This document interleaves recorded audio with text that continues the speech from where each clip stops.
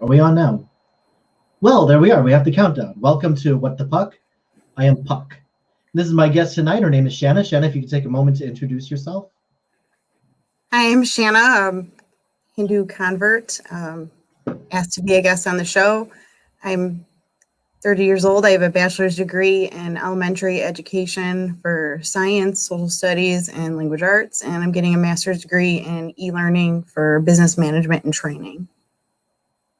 Sweet. I kind of want to know a little bit more about that. When I was growing up in school, I think I could have really benefited from distance education. It just wasn't a possibility in my neighborhood. So that's very interesting. I wish I had taken my education, not my education, but learning about education a little bit more seriously. So that's awesome. Welcome to What the Puck. So Shanna and I were talking off camera about a week ago, and the topic of theology came up. And it seems that she believes that a lot of people, especially in the West, who grew up in Christian tradition cultures, have a bit of a misconception when it comes to what God is. Now, as an atheist, I would say that I don't believe in a God or gods. Shanna would say that maybe I have the wrong idea of what God is. So, Shanna, what the puck is God? So I think the clear point is that there isn't one definition on what is God. So the clear point is that no religion really has the copyright on what we're going to go ahead and call God. Now, most people growing up here in the West, being American, they have more of a Christian viewpoint. And when they try to consider other religions, they generally consider other Abrahamic religions, so Islam or Judaism. So when they're considering God, their idea is going to be mostly this idea of a being who is separate from themselves, who is the creator of the universe. Now, when you're talking religions that are more in the East, you kind of end up with some different ideas for God. And so my point in our conversation that you were referring to was just that when most people are either trying to prove, refute, discuss God, a lot of times they're only talking about it within that context of an Abrahamic God, and they're leaving out this other aspect of God, which is within the Eastern philosophies. Gotcha. Okay, so restating just to make sure that I've got it. When someone like me or whenever an atheist would say something like I reject the idea that God exists, they have this idea in mind of like a creator, an external creator, probably looks something similar to us but exists outside of us. And so this is when someone says I don't believe in God, are you saying maybe they don't have the right? It's not the right scope, right? It's bigger than just that particular kind of creator. Correct. Okay. A lot of people have the idea that, we look at ourselves and how was I created? Okay, my parents, can my parents create the world? No. Okay, so what created the world? A bigger human being. That idea of God is very, very limited, but that is more of an Abrahamic perspective. Right. And the perspectives from Eastern philosophy aren't so narrow. Okay, so I kind of want to go two ways with this. First of all, can you give a better definition of what God is, especially to Eastern philosophies? And then the second question, and I think the more interesting one that we'll get to near the end, is if it is such a different concept, why use the same word for it? But let's start with the first one. Can we talk about your view on what a God is? Okay, so now I'm going to go to more of like a personal viewpoint. And for myself, I'm a Hindu, so this is going to come from more of a Hindu perspective. But I also want to say that Hinduism isn't a set dogmatic religion like Christianity. So for one Hindu, it can be slightly different, but they're going to be similar. So for myself, my understanding of God is that God is the underlying substance of all things, and that I am that substance and also part of that substance. Oh, keep going. I'm like, but that is, I mean, that is the short definition. Okay. I could say Vedic terms, but they won't mean anything. So the English translation would be that thou art, would be the concept that a Hindu would believe. And what that basically means is that meaning that which encompasses the entire substance of the universe is me, but I am also that substance. Okay. So to say all things are one. So how is that concept different from Abrahamic religions? Well, I can see a lot of differences. So go ahead and pick your. Oh yeah, there's a lot of differences. Yeah. I mean, for one, there's no Satan, there's no heaven, there's no hell. So right there's some pretty vast differences that you can explore. Also the idea of the soul. So to most Abrahamic beliefs, the human soul is separate from God's soul. Whereas in Hinduism, the human soul is divine and infinite. Keep going. You're on a roll. Okay. Okay. Because like, I just don't know if you want me to keep going or. I want to give you as much room to express your view as much as possible. You've already said a couple of things that I would like some clarification on, just because I don't think I quite grok. Well, see, that's why I'm stopping. So okay. go ahead and ask for that clarification. I want you to, I don't want to go further before. No, the first one I want to kind of talk about is underlying substance. You use the term underlying substance. So good. I'm glad we stopped there. Yeah, let's do it. All right. So in Hinduism, we're taught that everything in the world essentially has form and substance.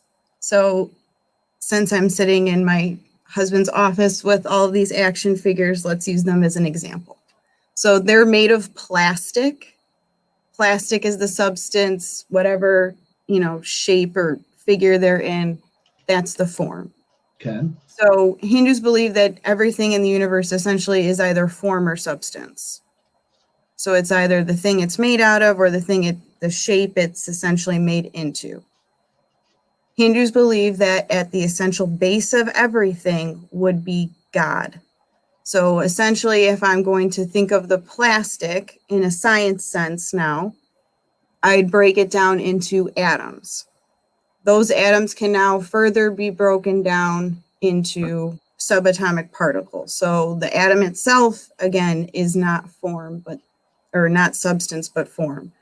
So now my subatomic particles, okay, those can further be broken down into quarks, and we know that we still haven't broken them down into their furthest essential substance.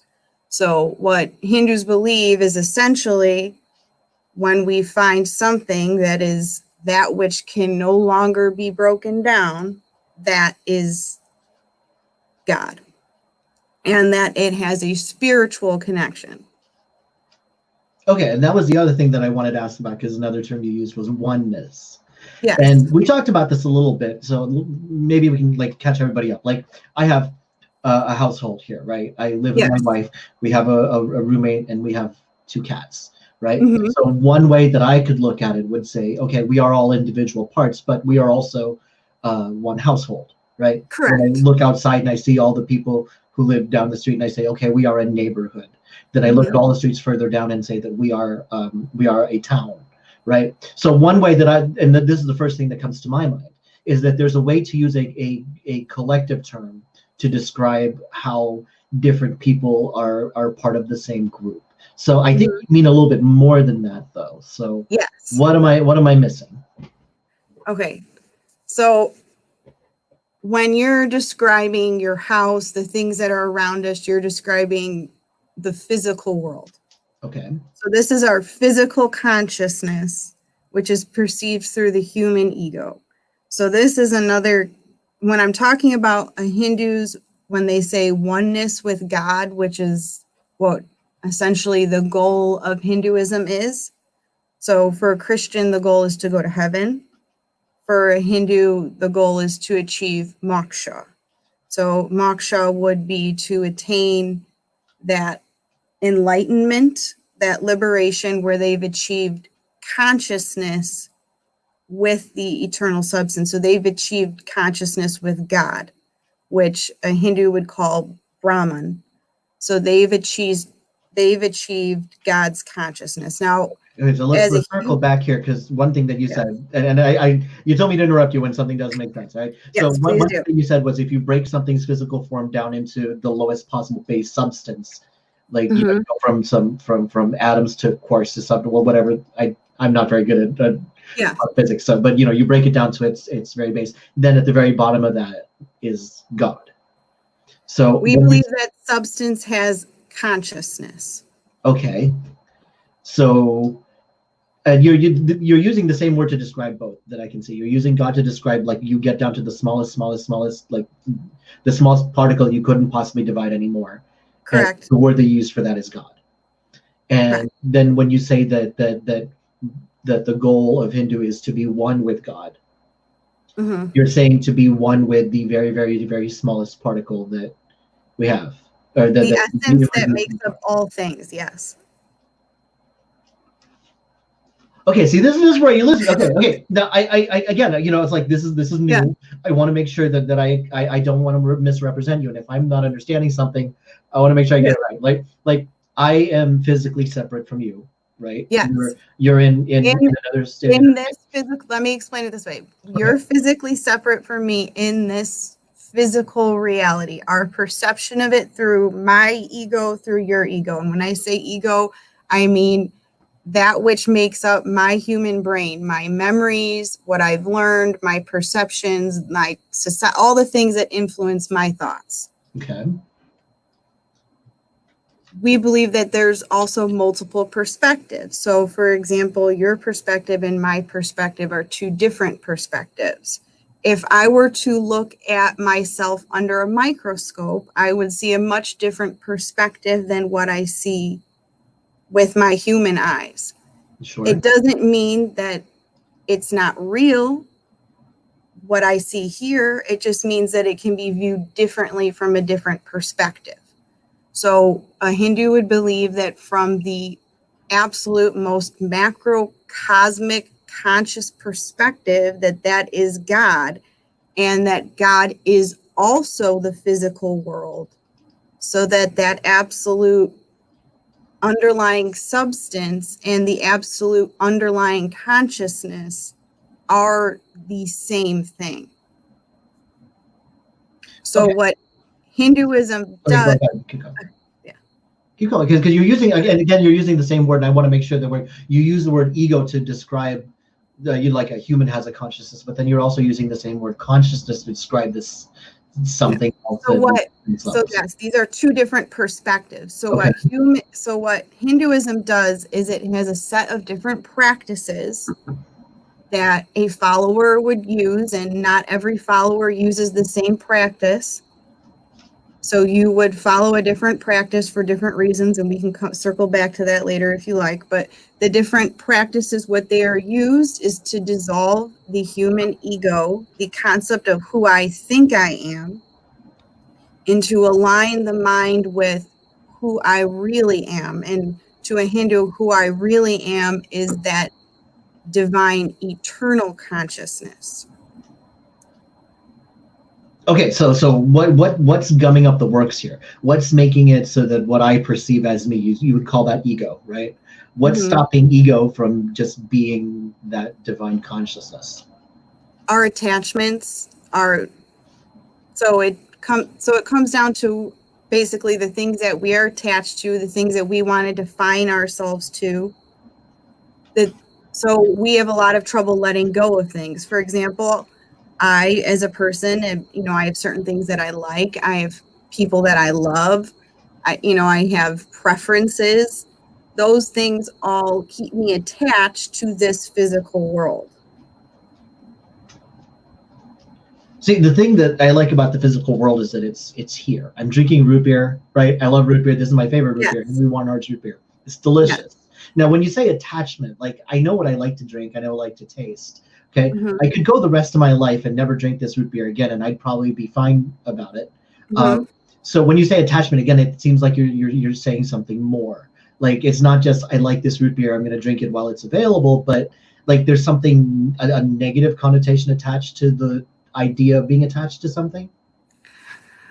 It's not necessarily the idea of enjoying the the negative idea of enjoying something. It's more the idea of trying to put ourselves into the perspective of enjoying all, maybe even the things that we don't perceive as good. Okay. So rather than sitting in our misery when we have a negative experience, taking that in, maybe not necessarily like, raising it up and calling it good, but it's more of a casual acceptance of life as it is. Okay. I think it's so like, even if really, really bad things happen to you, there's still a sense of there's more to your existence. There's more to existence in general. There's more to what could be experienced than you're feeling negative toward one particular thing that might be happening right now. Did I get any of that right? I would say that's a part of it, yes. Okay. What did I miss? Like, on one level, I kind of get where you're coming from. Like, I could have a really bad day because, I was having computer troubles and I had a flat tire. But if you take a look at like a different perspective, and it seems like you're very big on looking perspective. You know what? I had a really good salmon dinner. I had the wonderful company of my wife. My cats did not injure me in any critical way like they usually do. So there was a lot of positive things in there also. And by not dwelling on my technical problems, my flat tire, if I dwell on that too much, then I am not able to enjoy the things that are here for me to enjoy, like my Henry Weinhardt's root beer. It's like I'm sponsored or something. Am I getting this? Am I getting any better? Any closer to what you're saying? Closer. But I would also say it. Can I try to give an example to try to make it more clear? Yes. Because I'm going to be the first to say this. I'm no guru, so I'm not, I'm not going to say I should be the one like teaching anybody anything. I'm just trying to share what my perspective is. Oh, that's good. Hinduism is a very deep religion, so it's not something that you can just pick up. It's not even just one spiritual book. It's an entire library. Okay. So it's a very vast thing. That's a spiritual journey for a follower to learn more and more about pretty much their entire life. So this is how I would explain it. Like you said, throughout your day, you're going to have different experiences. You can't choose what's going to go on and happen to you. You choose how you react to it. Okay. So you can either allow your pleasantness to be controlled by yourself, or you can allow your pleasantness to be controlled by the external environment around you. So to a Hindu, learning to be pleasant, even when the external is unpleasant, that would be learning to, in a way, extinguish the ego.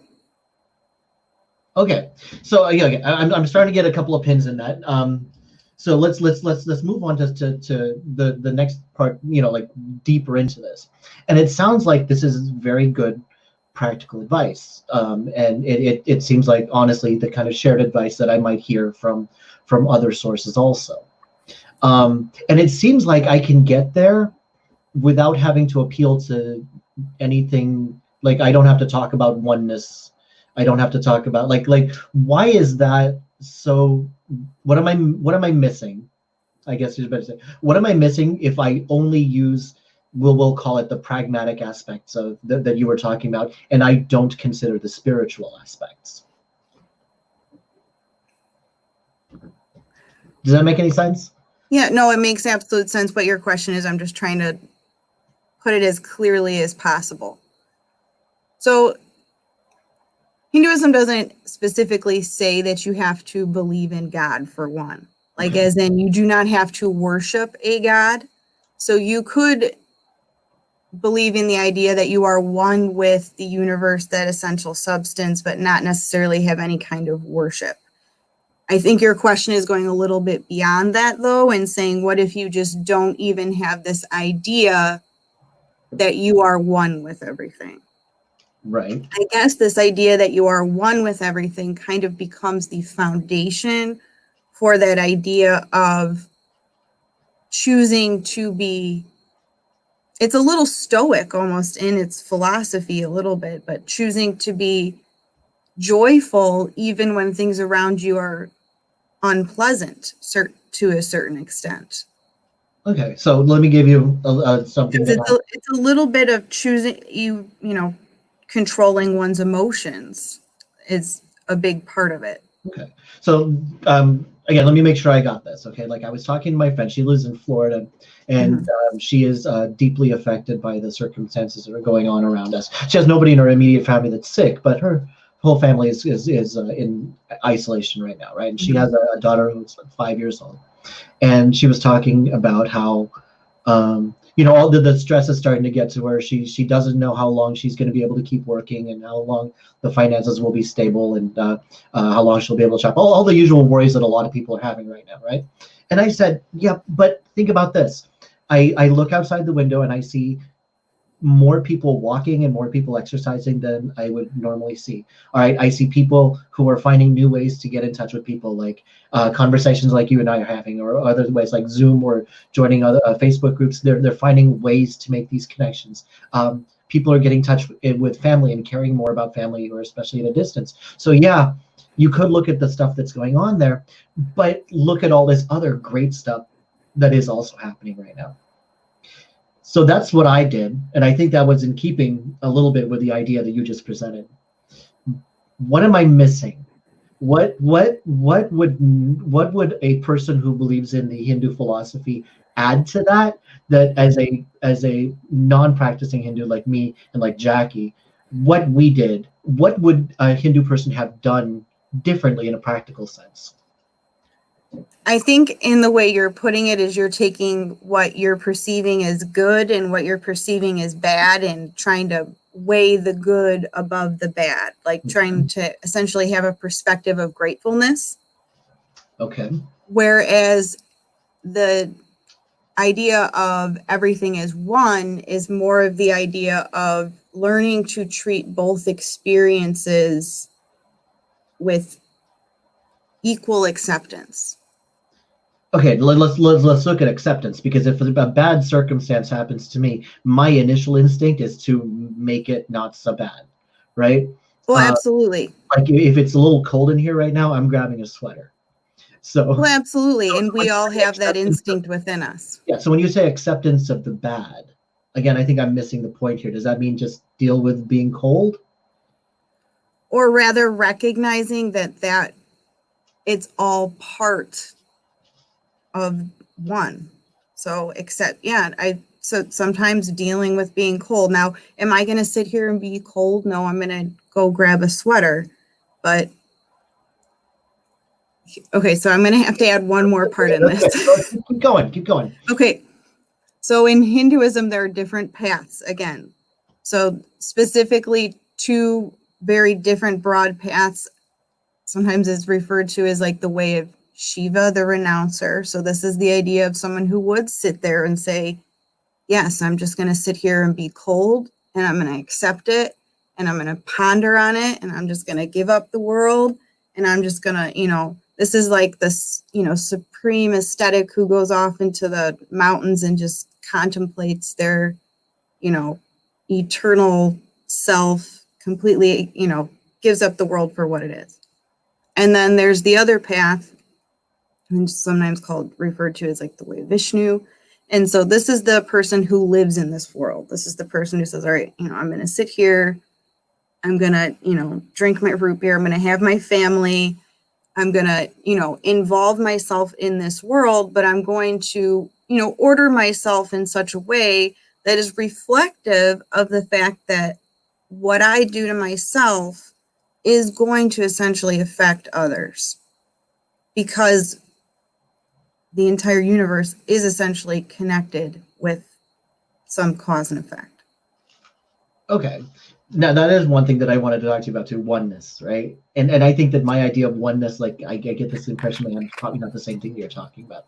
Okay, because I can wrap my mind around the idea that my actions may have further reaching consequences than I know, right? Like if I take a piece of trash and throw it out the window, it's out of my hair, right? But it probably affects somebody else. At the very worst, somebody else has to be the one that cleans it. And in cleaning it, maybe they lean into the street and get hit by a car and like this whole thing. I'm not aware of it, right? So I, on one side, I get that. I get the idea of understanding that your actions have far-reaching consequences. But let's say that somewhere in Rockford, Illinois, at a street corner, there is a shrub on someone's yard, right? Here's me over here in Cincinnati, Ohio, and there's the Rockford shrub, right? I don't even know if that shrub is there, but let's just call it. Let's just call the it Rockford shrub. But when you talk about oneness, right? What am I supposed to be thinking about the Rockford shrub? You could think a lot of things about the Rockford shrub. No, but like walk me through. Are you talking about like your essential connection to the Rockford shrub? Yeah, like, well, not just what that connection is, but that's a great place to start. But what do I do with it? Like, I'm such a pragmatist. Like, I'm such a pragmatist, right? Like I'm like I can gather all sorts of weird information, but like if I'm not going to be able to do anything practical with it, it just kind of like sits in this like back area of my mind where it's like, yeah, that's something cool to know, but it's not going to really affect much in how I conduct my day-to-day, right? So how would the idea that I am one, or I should have oneness with the Rockford shrub, how should that affect my day-to-day? Well, this totally reminds me of Larry asking me about is it okay to cut down a tree? I feel like this is similarly what you're asking me. Yeah, we can use the physical environment because we have to exist in this world. And that's the thing, is when we exist in this world, there are always going to be boundaries. And so those boundaries are both going to entrap us, but they're also going to make us feel safe at times as well. So are we ever going to be in a situation where we're really completely free? No. You and I live in a society where we've both chosen not to kill each other because that's good for me and it's good for you. Right. So are we essentially free? No. I mean, we have some things that we essentially agree to. We agree to it for the essential good. Okay. So there's always going to be these boundaries. There's always going to be some pushback. There's always going to be some destruction, so to speak. So can you go ahead and cut down the Rockford shrub? Yes. But are we going to go out and just have destruction of life for no purpose? No, because when we do that, essentially it's going to create an imbalance that is going to reflect back on all of society. Okay. Now it seems like you're describing a lot of things that anybody who doesn't have the philosophy of oneness or any Hindu beliefs, they could have gotten there, right? Like Absolutely. with just a sense of mindfulness. And I guess that's another way to say it, like mindfulness of not taking in excess and, being mindful of, for example, one-use or single-use plastics, right? Or non-recyclables. It seems like I can get to where you were talking about without having to think about any other specific Hindu philosophy. Is that sounding Absolutely. right? Okay. Well, So, I would say that a lot of it, what they would say too, is truth should be inside. okay. For a lot of religions, again, back to our original topic, the Western philosophy versus the Eastern philosophy.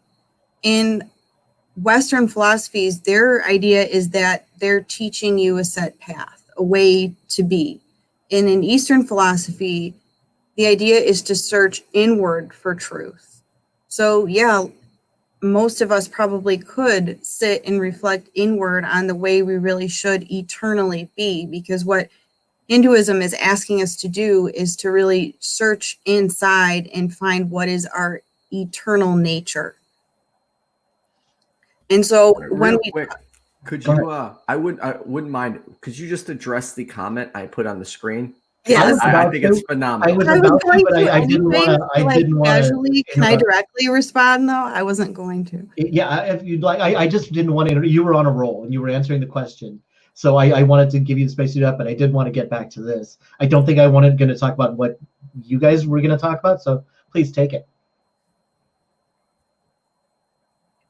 Here, let me read it. Screen, or do you I want know. to- I'm trying. Okay. Go ahead. I apologize if I'm mispronouncing your name, Yasir. Yasir said, I did take some mushrooms, so I think that there is a bunch of gods. They know they exist, but they also don't know who created them. And we are like mini gods. So everything could be God. I'm sorry. I'm tripping out. I promise you, yes, sir. I had this in my notes. I had this to talk about. I think I might be going somewhere that you are, but Shanna, if you had somewhere else to Can I actually address something very related to this comment? Absolutely. So I was actually recently watching, like Netflix binging because, what else are we doing right now during the pandemic? And it was on the human mind, and they were talking about psychedelic drugs. And they are talking about what psychedelic drugs do to the human brain. It essentially shut down the part of our brain that stores our memories. So it's the part of our brain that essentially makes up who we think we are, because it's our memories, the societal impressions, all of those things are shut down. And in those moments when people are tripping out and thinking that they see a bunch of gods that exist but don't know who created them, they're essentially starting to feel as if everything is connected. That's a similar experience that people who, I guess, have been in these experiments where they study people who do psychedelic drugs and then put their brains in CAT scans report that they have a similar reporting of this idea of oneness that we're discussing.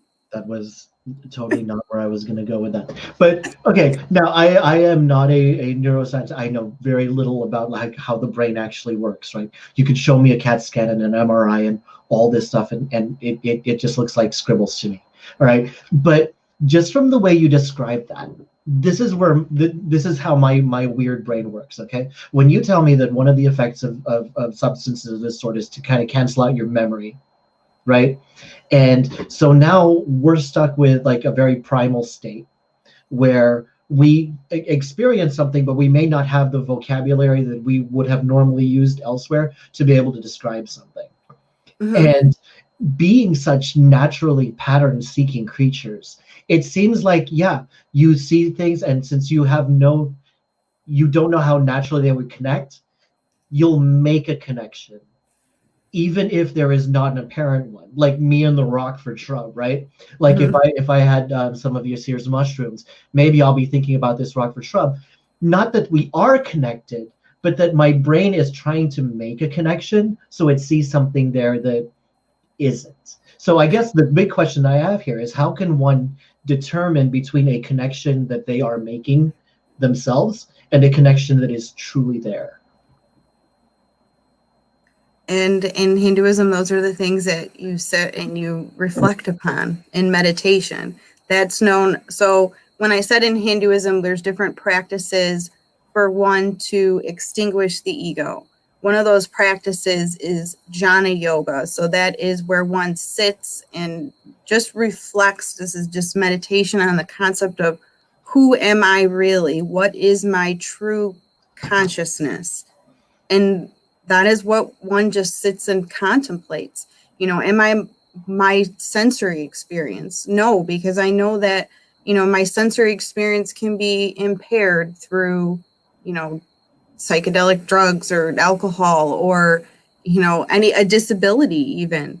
There are many ways that our sensory input is impaired, or not even impaired, but maybe not fully perceptive. For example, we only see, a certain part of the electromagnetic spectrum. We don't see UV.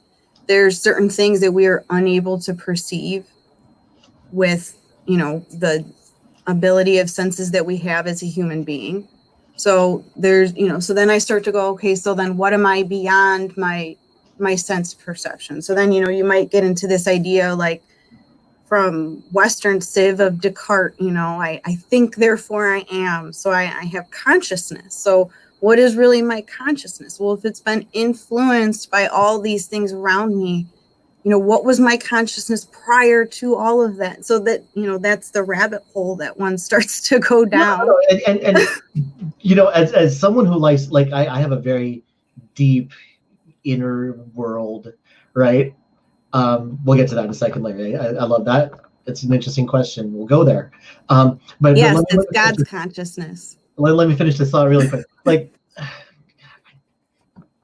you said that, and I remember where I wanted to go since like 9:30, and it's like half an hour later, and we haven't gotten there yet. We will. Okay, sorry, I'll stop. No. That's fine. This is great. Like we're touching on like so many different things here. But you know what? I forgot where it is. So let's go back to Yassir's. Maybe we'll come back to this. I don't know. I should have taken better notes. Let's go back to Yassir's statement and what I would have wanted to say about Yassir's statement. Okay. He said, "I did take a lot of this. I think that there is a bunch of gods." And I'm just reading this from the screen here. I think it's on Facebook if anybody wants to read along. They know they exist, but also do not know who created them. And we are like many gods. So everything could be God. And this is one of the things that I wanted to talk to you about. If we are just taking something and slapping the word God on it, what's the point? Like, why, if you're describing something that's so different from what other people would describe, why would you want to use the same word for it if it's such a different concept? Are you saying like, so Like, why okay, would the Hindu philosophy is mostly non-English speaking, right? Its original roots. yes, Right? yeah. Someone had to Yeah. translate most of that teaching into. Correct. Yeah. I mean, the scriptures are not in English. The Right. original scriptures, the Vedas, are in Sanskrit. So no. Okay, just like, if you want to look at Christian scripture, that wasn't in English either. Okay, but somehow these two different, the two different philosophies ended up using the same word to describe two very different things. And from your end, like obviously you can't speak from the perspective of Christians doing that, but from your end, why would you have chosen the same word to describe something that's completely different? Well, I would actually say that, Hinduism is the older religion. So it's, but Hinduism never really called it that. Hinduism knew it. The idea is Brahman. They had their idea. Actually, in India, there was no word for religion until the British came over and observed Indians going about all of their different religious practices and said they must have the same religion, and just kind of group them into this idea, calling it Hinduism.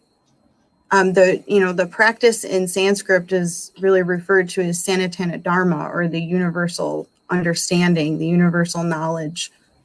And again, Hindus have different branches, different practices, even within this. You'll see two different Hindu worshipers pray to different deities and have this same core understanding, this idea of everything is all. And actually, there are even some branches of Hinduism that have a dualistic perspective that stop at the physical world and consciousness.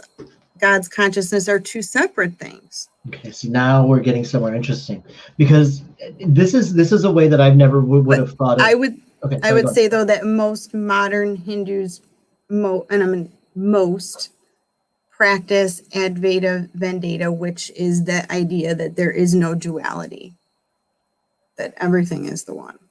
Okay, so I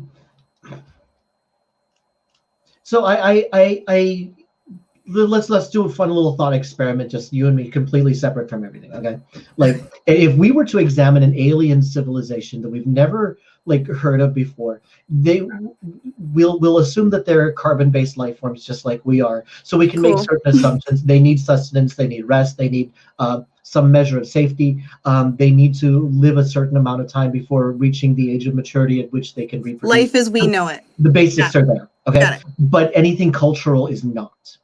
Okay, and I would look at, if I had a chance to observe their world, I would probably assume that they're trying to look at it the same way that I am. Okay, and in our culture today, we have things like entertainment, sports, religion, other. I hate to use the word, but other ritualistic type things that are not necessarily religious based, right? Like if you ever do anything just for good luck, right? That's just like little habits like that. Okay, those are the ways that I would approach examining this other culture, but they might not even think about things in those terms, right? So where they might, I'm trying to think about what you said about how when the British looked at India and said, okay, they didn't even have a word for religion, right? So they kind of assumed that the things that they did were in observance of a religion.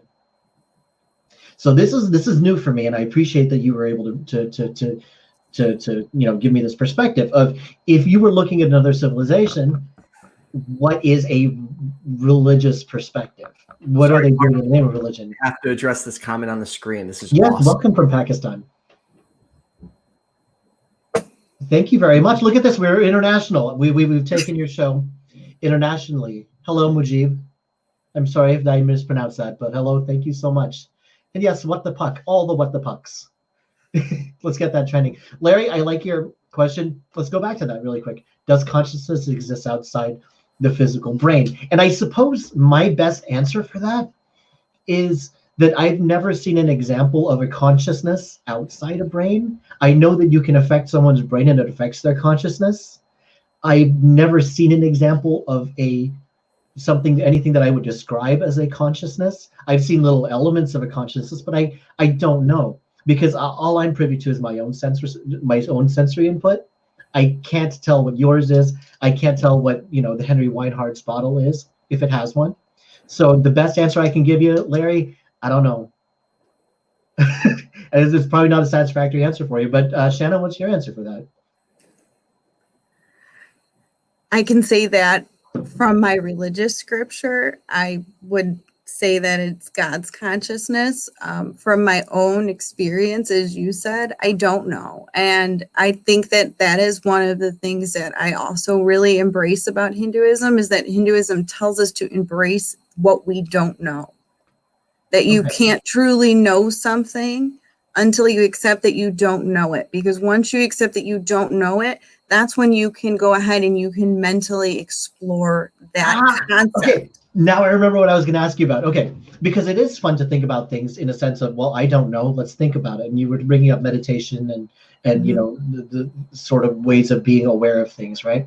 Now, again, as a pragmatist, I look at this and I say, okay, this stuff is fun to think about, but number one, how do I know if I'm right?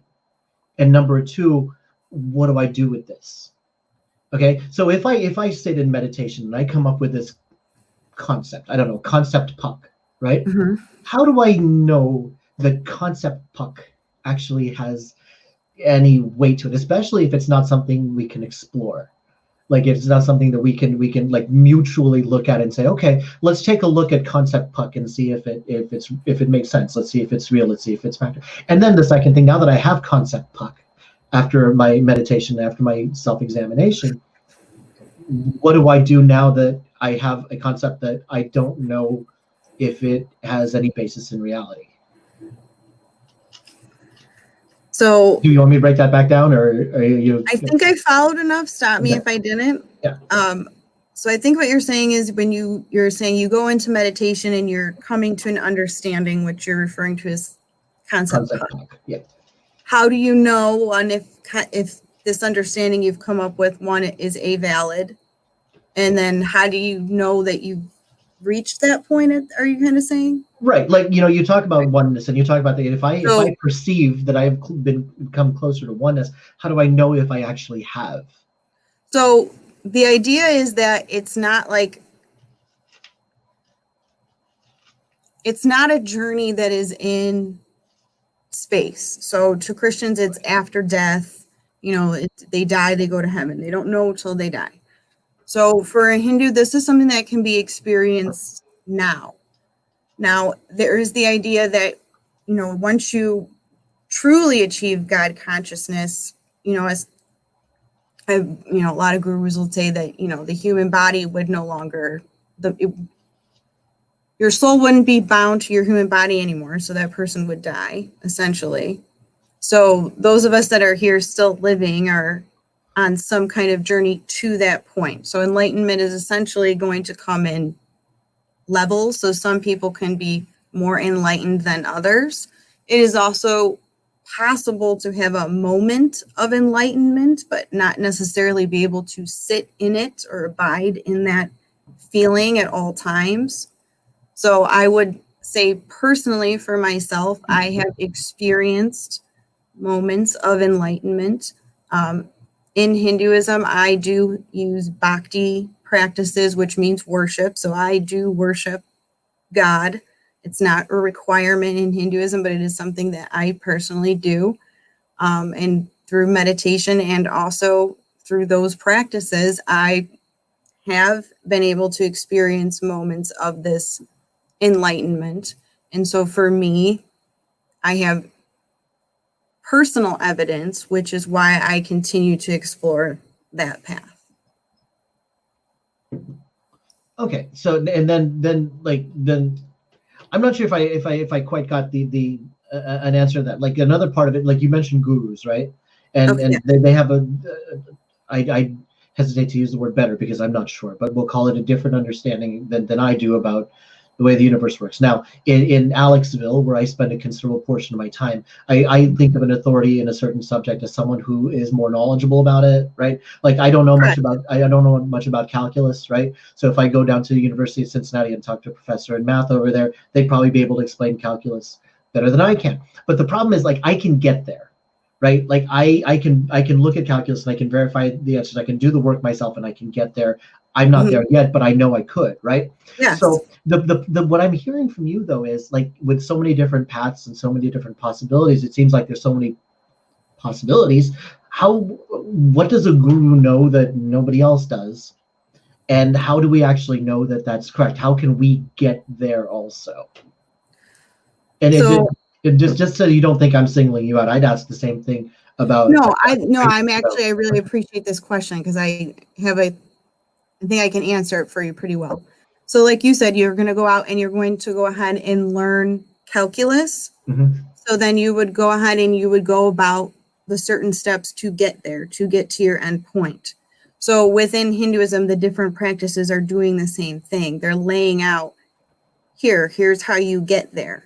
Here's the difference. Here's the difference. Mujib, we will absolutely get to that question. We will get to that. Sorry. Here's the difference. When in calculus, there's like a set way to do the problem. Sure. Think of Hinduism as the new math. There's a new way to do the problem now. Okay. Or just kind of a joke. No. I love that you bring up that. The thing is, So like, I can use new math and someone else can use classical arithmetic. Right, We're both exactly. going to get to the same answer. Exactly. I didn't know if everyone was going to follow my teacher, logic there. I like that. I love it. I'm the only person in the world who does, but I love it. But again, like you were talking about, like I can follow a different path, like in geometry especially, right? There's like several different ways to prove that these angles are congruent or whatever, right? Correct. So I get that part. But like we in, get to, in, sorry, go ahead. I was going to say, in my conversation that I had with Larry, I discussed like driving somewhere that, there's, you can take the shortest distance. I can take the least amount of turns. Somebody else can avoid the highways. We can have all different paths and still end up there in the same place. And since Hinduism has that base philosophy that all is one, it accepts the different practices. So a Hindu can follows a different practice based essentially on their personality. So what works for you? So there's practices like physical yoga. There are practices worship, the jhana yoga that I discussed. So those are all different things that you can use separate from each other. Most are going to use a mixture of them based on a person's own personal inclination to help them go inward and essentially discover God by going inward rather than following a dogmatic practice. And I suppose, like, what stops me from being able to wrap my mind around that, right? Like you say that you and I can take different roads and end up at the same destination, right? Mm-hmm. The thing is, a third person, Larry, can be at that location and see both of us end up there. Maybe they don't know how we are, but there's a third-party verification that we're actually where we say we are. And it seems like that doesn't exist in what you're talking about. Like I could say, well, I've gotten somewhere, it's here. But how do I know that where I've gotten corresponds to where you've gotten? Does that make sense? Like you'd say you can take different paths and get to the same thing. Practicality, I can look at a street and you and I can be, someone else can verify that you and I are both where we're supposed to be. How can you tell that in a Hindu philosophy if you're looking inside that we have taken different paths, but we ended up at the same place? How do we know we're at the same place? I would say that when someone has a certain way about them, and again, this is also how one would find a guru, that you look at how they are not only saying they perceive the world, but how they're responding, how they're showing you that they actually perceive the world, because people really show us how they perceive the world by their actions more than what they say. So I guess that's how you would know, is that by a certain person, the way that they have, the understanding that they would come to, that they would, essentially go about things in a different way. They would see things in a different way, so they would behave in a different way. So when you would go ahead and find a guru, you're going to go ahead and not only find a practice that, fits with you, but you're going to find someone who is, what you're trying to reflect in yourself. So if I'm exercising and I want to, learn how to do a certain exercise that someone else knows how to do, I'm going to ask them how to do it. Okay. So that becomes I get it. Find people who appear to be where you would want to be and take as much, glean as much of their wisdom as possible. Right. So how much of it applies to you personally and how much you can relate to try to get to where you want to be. You would follow their path. So you would say, okay, I want to get there. They took this path. How did you get there? What is the path? Okay. Well, I want to wrap this up between you and me, at least, because I want to get to these last two questions from Mujib and Yasir, because they're interesting. But how I want to wrap this up is, first of all, I want to make sure that you have the last word and say whatever you need to say to wrap this up. But what I want to end this with is, I started this by asking a question: what the fuck is a god? And I want to tie this up in a little bow by giving my perspective or how my perspective has changed since the beginning of this conversation. Okay, and what I'm realizing is that when and I'm looking at this through the lens of an atheist. When an atheist says something like, I do not believe in the existence of gods, what I'm hearing is that I am not taking into consideration enough. Does that make sense? And when I say that, I can be atheistic toward specific gods, right? I can say, okay, if someone described a Christian God to me, I can say, no, yeah, I'm going to cross that off my list, not buying that. But that there's so many different cultures out there, there's so many different ways of life out there that might have a different description of what they would consider God. I don't even know about it, right? So I think I have to scale my number back a little bit, because depending on what people consider to be God, I can't say that I do or don't believe in it. Now, I can't say that you've moved my needle that much, but I appreciate that you've actually given me more perspective than I started this conversation with. And for that, I am very grateful. Thank you for having this time. Thank you. Now, and I would say that when it comes to the idea of God, that we're both kind of at an I don't know, but mine is I don't know, but I believe there's God, so I'm searching, and yours is more of you're waiting for it to be proven. Yeah, I'm too pragmatic. Like I said, it's like my wife, when we were first dating, right? She had to basically hammer it into me. She gave me a key to her house and says, look, I know you're not ready, but I am. Here's the key to my house. You can move in whenever you want to, right? You can't hint at me. You have to hit me over the head with a hammer, all right? And in a pragmatic sense, if there are gods out there and they're not making their presence known to me, and I can conduct my everyday life as if, they're not there, on a pragmatic level, I can exist without having to think about it. To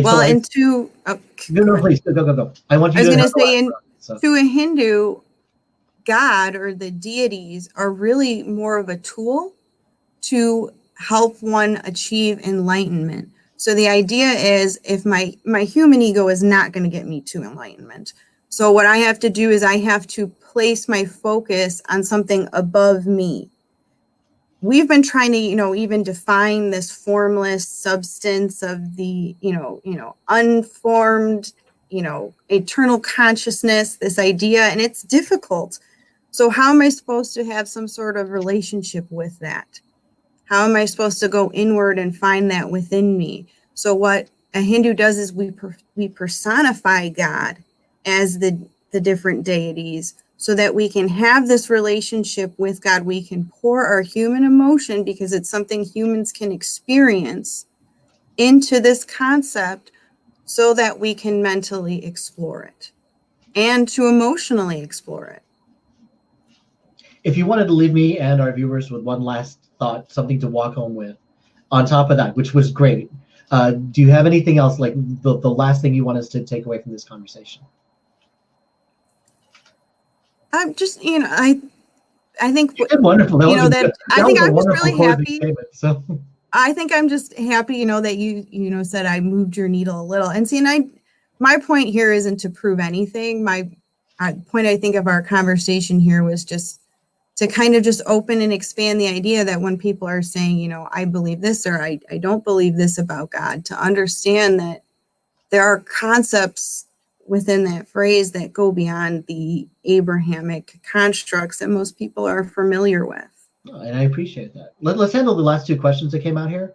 One of them, let's Mujib's question. What's your opinion about Islam, dear? I'm guessing that this is directed at you, but just from my end, I don't think I know enough about it to be able to give a good opinion, other than I need to learn more about it. So my opinion is I need to learn more. Shannon, what do you have? My opinion about Islam would be the same that I have about Christianity and all other faiths. I believe that they're all blessed paths that help us go ahead and put down our human ego and help us explore that which is beyond ourselves. So I find all religious paths a valid way to explore, the eternal concept. We may not see it in the same way, but I find all religious paths valid. All search for truth is valid. Okay, and Yasir says, is that AI? I'm going to guess that's AI, artificial intelligence, is going to be the consciousness outside the physical brain. To which I say that we're going to have to really, and whenever I say we, I'm not talking about me and Shannon and you. I'm talking about like as humans, okay, as people are going to have to really sit down one of these days and figure out what consciousness actually means, because AI neuroscientists haven't figured it out yet either. No, yeah, because artificial intelligence has now gotten to the point where it can do a lot of mental processing much better than you or I could, right? But I have a question. Yeah, go ahead. You say you have a question? So okay. If AI were to observe electrons moving through the double slit and measure them, would that be possible? I don't have an answer for that. I have heard of the double slit experiment. I don't pretend to know enough to be able to come up with any sort of answer. But I mean, it's an interesting question. It's like like you and I are conscious, right? If we take what do we need to take away for us to not be conscious? And then we take a very, very smart computer, which we would say is not conscious. What is that one last thing that we have to give it before it's conscious? And then the next question, and I think this is rich. So what do we do about it? Now that we are sharing this social space with another conscious, let's call it species. That's for another day. I get it. It's a wonderful question about artificial intelligence, and I'm curious about it. I don't know that any of us have really thought enough about it to come up with a good answer. Shannon, what's your last thought on artificial intelligence? I would just say that I believe consciousness does exist outside the brain. That would essentially be the foundation of my religious belief. Jenna, this has been a really, really fun, and I'm grateful that I had this time with you. Same. Hey, we should come back here. Ethan, you're the only one who can turn this on. There we go. It's your show. I'm waiting for you to do your closing so I can end it, bro. I'm trying to stay off camera. Oh, I didn't know you were trying to stay off camera. Look at that. He was probably probably eating a cheeseburger or something. We interrupted his evening just to have this. This was a blast, Shanna. Thank you so much. This was a wonderful experience. So if you have anything else to say before we sign off? No, thanks. This was great. Thank you guys for joining us on What the Puck. We'll see you guys next week.